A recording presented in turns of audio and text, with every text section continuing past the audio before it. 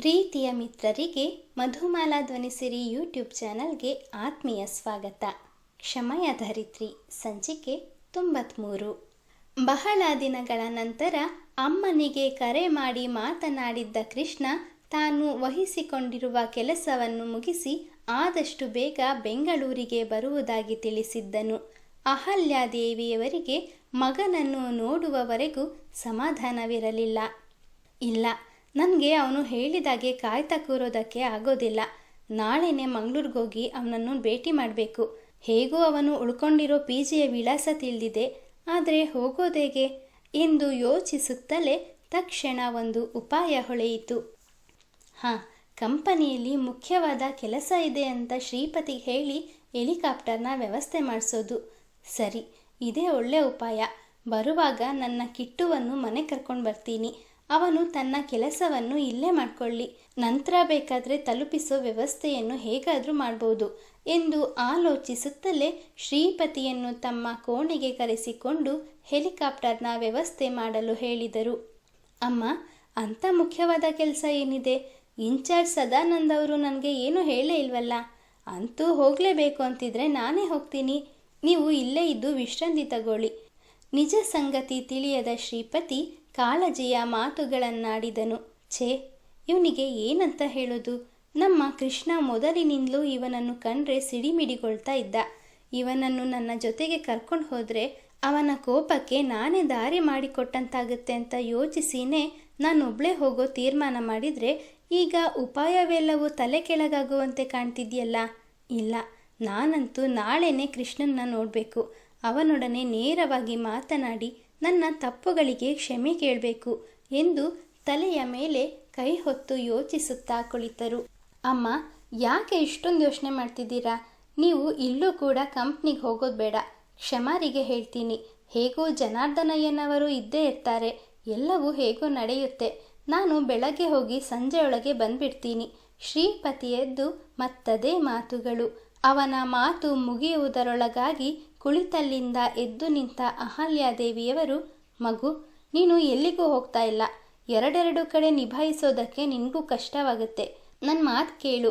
ಕಾರಿನಲ್ಲಿ ಹೋದರೆ ನನಗೆ ಆಯಾಸ ಆಗುತ್ತೆ ಅನ್ನೋದು ತಾನೇ ನಿನ್ನ ಕಳವಳ. ಅದಕ್ಕಾಗಿ ಹೆಲಿಕಾಪ್ಟರ್ನ ವ್ಯವಸ್ಥೆ ಮಾಡು ಎಂದಿದ್ದು. ಬೆಳಗ್ಗೆ ಬೇಗ ಹೋದರೆ ಅಲ್ಲಿನ ಕೆಲಸಗಳ ಬಗ್ಗೆ ತಿಳ್ಕೊಂಡು ಮಧ್ಯಾಹ್ನದ ಹೊತ್ತಿಗೆ ಮನೇಲೇ ಇರ್ಬೋದು. ಈಗ ಹೆಚ್ಚಿಗೆ ಮಾತಬೇಡ. ಪೈಲಟ್ ಆಂಥೋನಿಗೆ ಕರೆ ಮಾಡಿ ವಿಷಯ ತಿಳಿಸು ಎಂದರು. ಅಮ್ಮನ ಮಾತಿಗೆ ಎಂದೂ ಕೂಡ ಎದುರಾಡದ ಶ್ರೀಪತಿ ಇಂದು ಕೂಡ ಮರು ಮಾತನಾಡದೆ ಸರಿ ಎಂದು ತಲೆ ಆಡಿಸಿ ಆಂಥೋನಿಗೆ ಕರೆ ಮಾಡಿ ವಿಷಯ ತಿಳಿಸಿದನು. ಮರುದಿನ ಶ್ರೀಪತಿಯಿಂದ ಕ್ಷಮಾಳಿಗೂ ವಿಷಯ ತಿಳಿಯಿತಾದರೂ ಶ್ರೀಪತಿಯಂತೆ ಅವಳಿಗೂ ಕೂಡ ಯಾವ ಅನುಮಾನವೂ ಬರಲಿಲ್ಲ. ದೊಡ್ಡದಾದ ಕೆರೆ.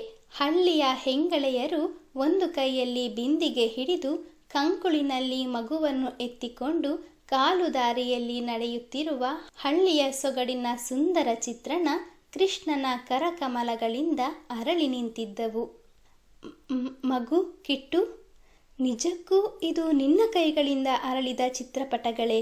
ವಾತ್ಸಲ್ಯದ ನುಡಿ ಕೃಷ್ಣನನ್ನು ಹಿಂದಿರುಗಿ ನೋಡುವಂತೆ ಮಾಡಿತ್ತು. ಹಿಂದೆ ತಿರುಗಿದವನಿಗೆ ತನ್ನೆದುರಿನಲ್ಲಿ ನಿಂತಿದ್ದ ಅಹಲ್ಯಾದೇವಿಯವರನ್ನು ಕಂಡು ಅತ್ಯಾಶ್ಚರ್ಯವಾಗಿತ್ತು. ಇದು ನಿಜವೋ ಭ್ರಮೆಯೋ? ಕೆಳಗಿನ ಮನೆಯ ನಳಿನಿಯಮ್ಮ ಕೂಡ ಒಮ್ಮೊಮ್ಮೆ ಅಮ್ಮನಂತೆಯೇ ಕಾಣ್ತಾ ಇದ್ರು. ಅವರ ಎತ್ತರ, ತೂಕ ಎಲ್ಲವೂ ಅಮ್ಮನನ್ನೇ ಹೋಲ್ತಾ ಇತ್ತು. ಅವರೇ ಬಂದಿರಬಹುದಾ? ಅವರು ಯಾವಾಗಲೂ ಹಾಗೆ. ಏನಾದರೂ ವಿಶೇಷ ತಿಂಡಿ ಮಾಡಿದರೆ ಒಳಗೆ ಬರದೆ ಬಾಗಿಲಲ್ಲೇ ನಿಂತು ತಿಂಡಿ ಕೊಟ್ಟು ಆಗಿಂದಾಗೆ ಹೋಗ್ಬಿಡ್ತಾರೆ. ಈಗಲೂ ಏನಾದರೂ ತಂದಿರ್ಬೋದು. ಆದರೆ ಅವರು ನನ್ನ ಕೋಣೆನ ಬಹಳಷ್ಟು ಬಾರಿ ನೋಡಿದಾರಲ್ಲ. ಕೃಷ್ಣ, ನೀನು ನಿಜಕ್ಕೂ ಒಳ್ಳೆ ಕಲಾಕಾರ ಅಂತ ಯಾವಾಗಲೂ ಹೊಗಳ್ತಾನೆ ಇರ್ತಾರೆ. ಆದರೆ ಇವತ್ತ್ಯಾಕೆ ಈ ರೀತಿ ಕೇಳ್ತಾ ಇದ್ದಾರೆ? ಅನುಮಾನದಿಂದಲೇ ಮೇಲೆದ್ದು ಬಾಗಿಲ ಬಳಿ ನಡೆದು ಬಂದವನು ನಿಂತಲ್ಲಿಗೆ ಸ್ತಬ್ಧನಾದನು. ಒಂದು ಕ್ಷಣ ತನ್ನ ಕಣ್ಣುಗಳನ್ನು ತಾನೇ ನಂಬಲಾಗಲಿಲ್ಲ. ಮಸುಕು ಮಸುಕಾಗಿದ್ದ ಕಣ್ಣುಗಳನ್ನು ಉಜ್ಜುತ್ತಾ, ಅಮ್ಮ, ನಾನು ನೋಡ್ತಾ ಇರೋದು ಸುಳ್ಳಲ್ಲ ತಾನೆ? ನಿಜಕ್ಕೂ ಬಂದಿರೋದು ನೀನೇನಾ? ಚಿಕ್ಕ ಮಗುವಿನಂತೆ ಅಮ್ಮನನ್ನು ತಬ್ಬಿಕೊಂಡು ಬಿಕ್ಕಿದನು. ಅಹಲ್ಯಾದೇವಿಯವರಿಗಂತೂ ಹೇಳಲಾಗದ ಸಂತೋಷವಾಗುತ್ತಿತ್ತು. ನನ್ನ ಮಗ ನನಗೆ ಪುನಃ ಸಿಕ್ಕಿಬಿಟ್ಟ ಎಂದು ಸೌಕುಮಾರ್ಯದಿಂದ ಅವನನ್ನು ಎದೆಗೆ ಆನಿಸಿಕೊಂಡರು. ಅಮ್ಮ ಮಗ ಅದೆಷ್ಟು ಹೊತ್ತು ಹಾಗೆಯೇ ನಿಂತು ಮೌನದಿಂದ ತಮ್ಮ ಮನಸ್ಸಿನ ತೊಳಲಾಟವನ್ನು ವಿನಿಮಯ ಮಾಡಿಕೊಂಡರೂ ಅವರಿಗೂ ತಿಳಿಯದು.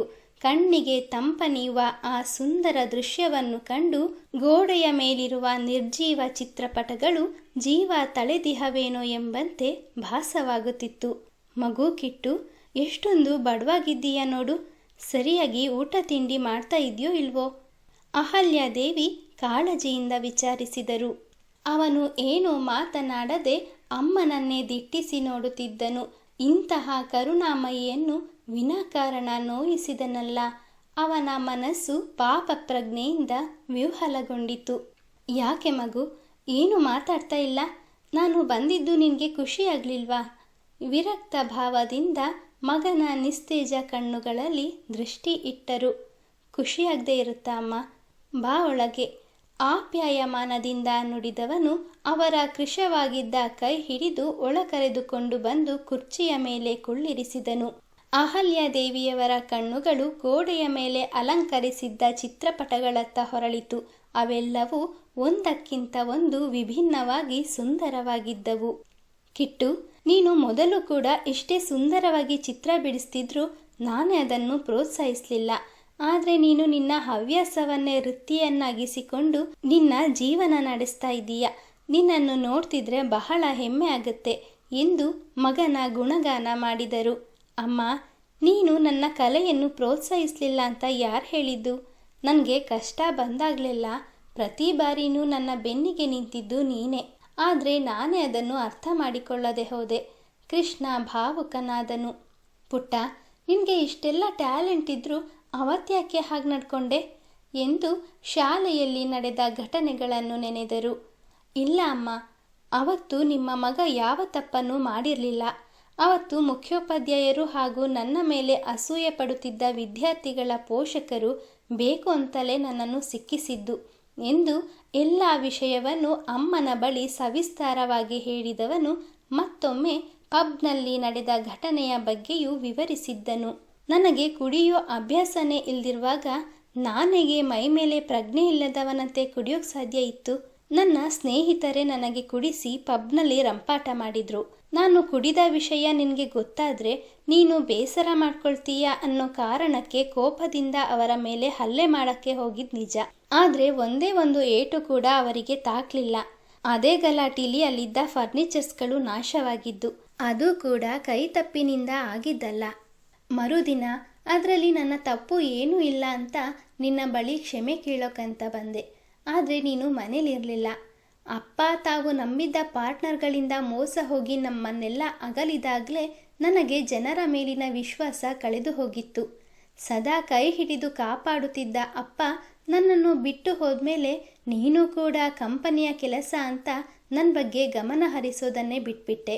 ಆಗ ನನಗೆ ಒಂಟಿತನ ಕಾಡೋದಕ್ಕೆ ಆರಂಭವಾಯಿತು. ಹೀಗೆ ಅಲ್ಲಿಂದ ಶುರುವಾಗಿದ್ದು ಕ್ರಮೇಣ ನನ್ನನ್ನು ಏಕಾಂಗಿಯಾಗಿ ಇರುವಂತೆ ಪ್ರೇರೇಪಿಸಿತು. ನೀನು ಅಮೇರಿಕಕ್ಕೆ ಕಳುಹಿಸಿದಾಗಲೂ ನನಗೆ ಯಾವುದು ಬೇಡವಾಗಿತ್ತು. ಅದಕ್ಕೆ ನೀನು ಕಾಲ್ ಮಾಡಿದಾಗ ನಾನು ನಿನ್ನ ಬಳಿ ಮಾತನಾಡ್ತಾ ಇರಲಿಲ್ಲ. ದಯವಿಟ್ಟು ಕ್ಷಮಿಸು. ಕೃಷ್ಣನ ಕಣ್ಣುಗಳು ಕೊಳವಾದವು.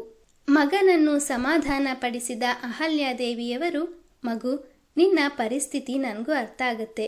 ಹೇಳಿದ್ನಲ್ಲ, ಹಿಂದೆ ಆಗಿದ್ನೆಲ್ಲ ಮರ್ತ್ಬಿಡು.